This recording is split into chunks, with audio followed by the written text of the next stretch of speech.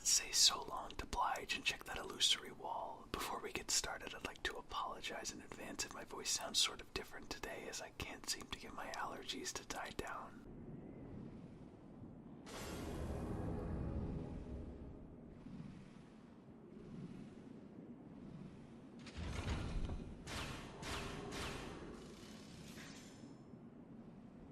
This path leads us behind Vanguard's non-boss little brother, allowing us to completely ignore that courtyard, but we definitely don't want to do that. In the corner we can find an Uchi katana, a weapon that's always been my personal go-to for dexterity builds.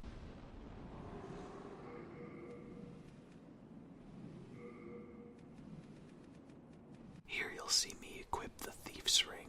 I did this to avoid aggroing the storm beasts that are flying around and shooting projectiles, but the ring doesn't have very much effect in this specific area.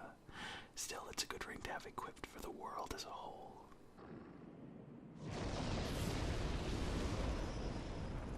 Vanguard's brother has a sizable HP pool. He may not be a full-on boss, but he isn't a pushover either.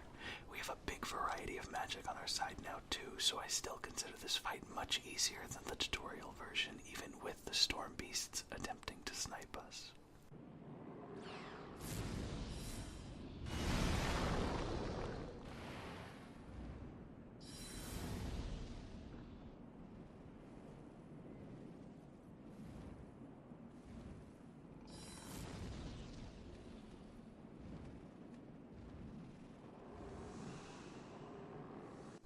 Definitely does not like to come near the hole.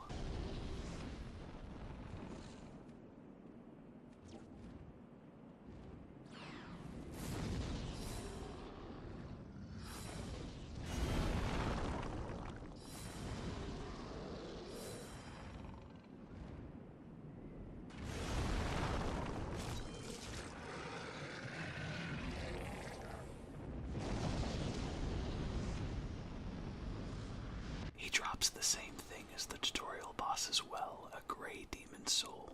Sadly, there is no exclusive orb to a third encounter with Dragon God.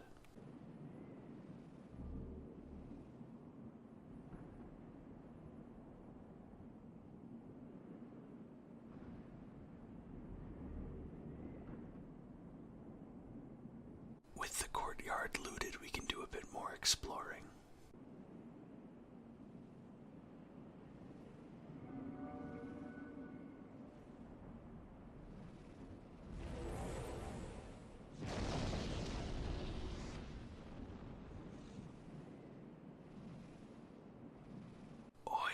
Please hurry up, I beg you.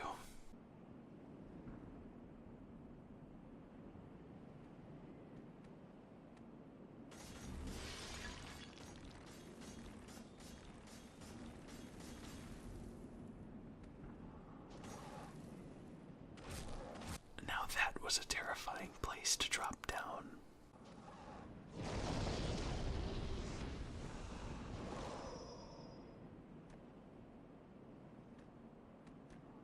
That's probably the closest call we've had yet. I'm glad I don't have to run all the way back.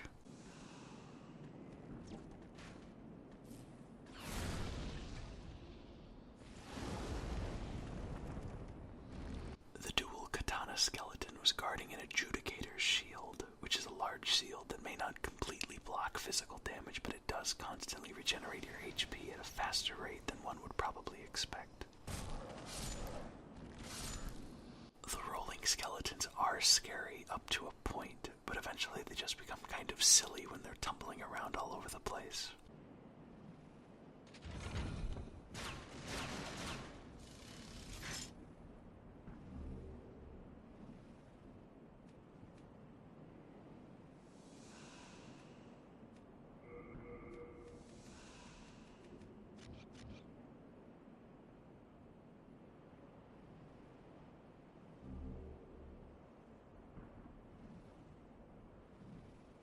There's an item to be had back the way we came from, so let's go back to that bridge we decided not to go down and see if we can find it.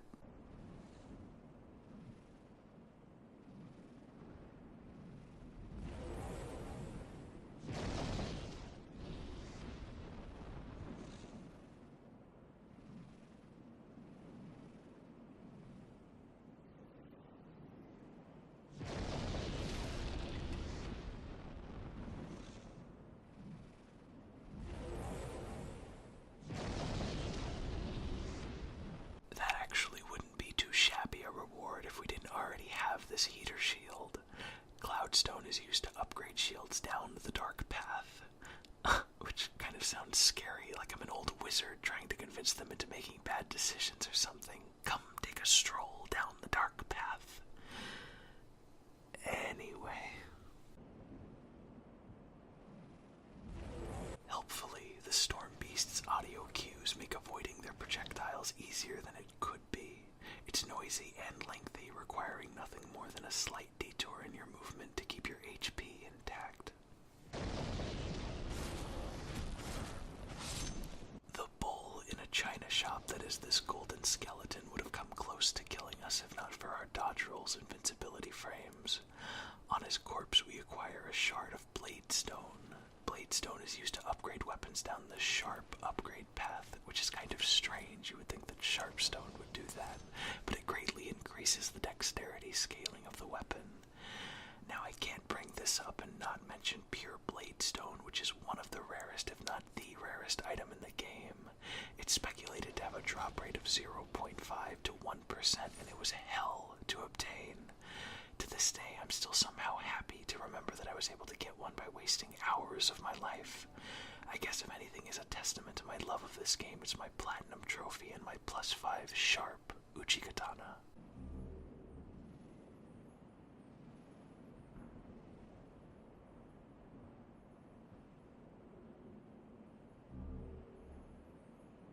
The focus on the ruined and dilapidated buildings of World 4 is one of my favorite parts about it. Though it's a lot more desolate, it makes me think about what World 1 Boletaria could eventually become given time to wither until it became something not even resembling its former self.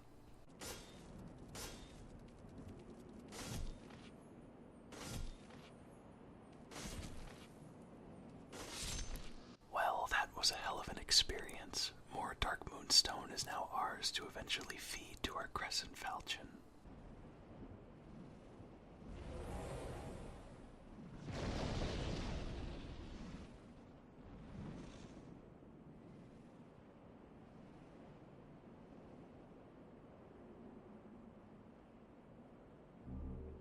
The Grave Robber's Ring makes it more difficult to be detected by black phantoms.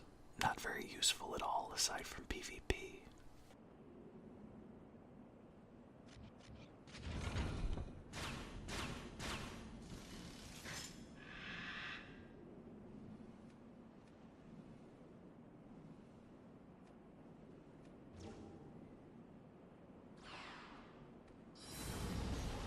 This skeleton right here has nerves of steel. He knew the exact point where our homing soul arrow would disappear, knew that he was safe, and just courageously charged forward. It's more than I could say.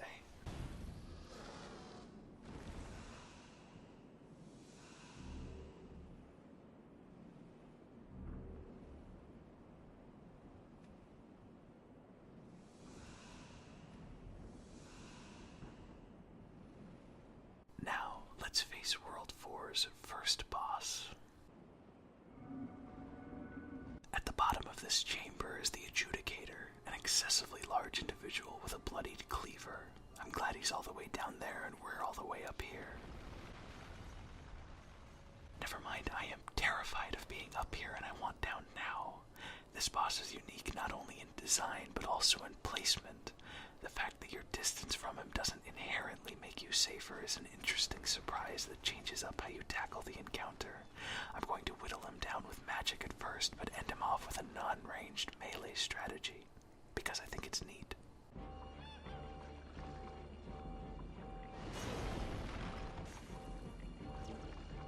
As you can see, he doesn't have a whole lot to offer in the HP department, as is usually the case for the first bosses of each world. It's pretty easy to assume that this is because a player might want to head to World 4 immediately after beating Phalanx, and the game supports that, which is great.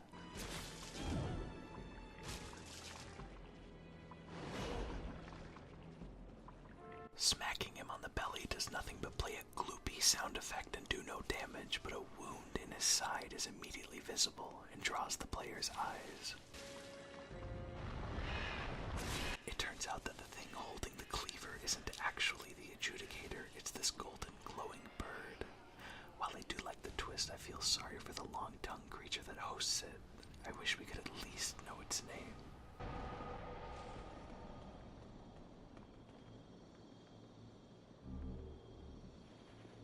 The Archstone nets us a swollen demon soul. It has no pertinent use for our character, so we're going to consume it after getting our stats up just a small amount further.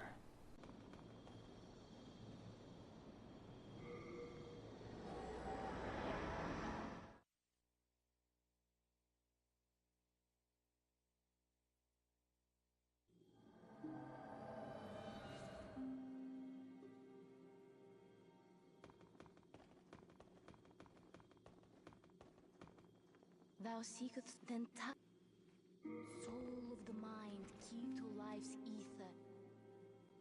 Soul of the lost, withdrawn from its vessel. Let strength be granted, so I keep the candle. I think it's a pretty big shame that a character as vital to the Demon Soul's experience as the Maiden in Black never gets updated dialogue for her talk menu option. For a character surrounded by such secrecy and mystery, it would be nice to get even a few hints that detail their purpose, or at the very least where she came from or who she used to be. But I suppose that mystery is the reason I want to learn more about her. After getting back into soul form, we're going to take a short trip to World 2 and speak with Ed to check to see how far we can upgrade the Crescent Falchion with our new Dark Moonstone.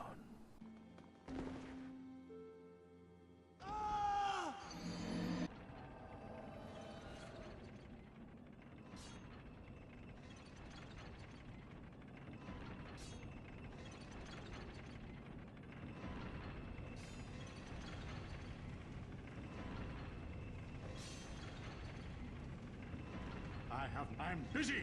Be gone with you! Well, that's not very nice. If it be a black...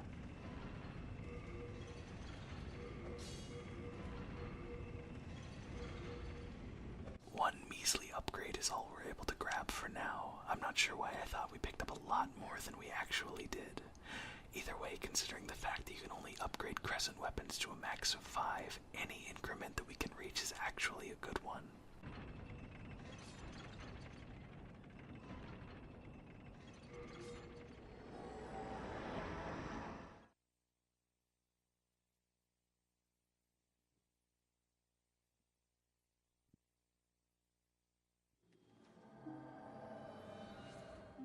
Back in the Nexus, I want to give our excess items to Thomas.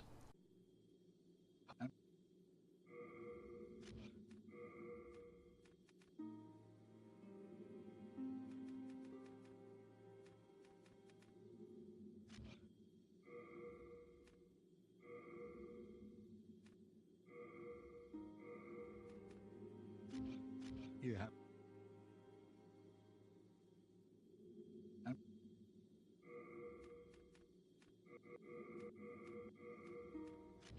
You have a hot...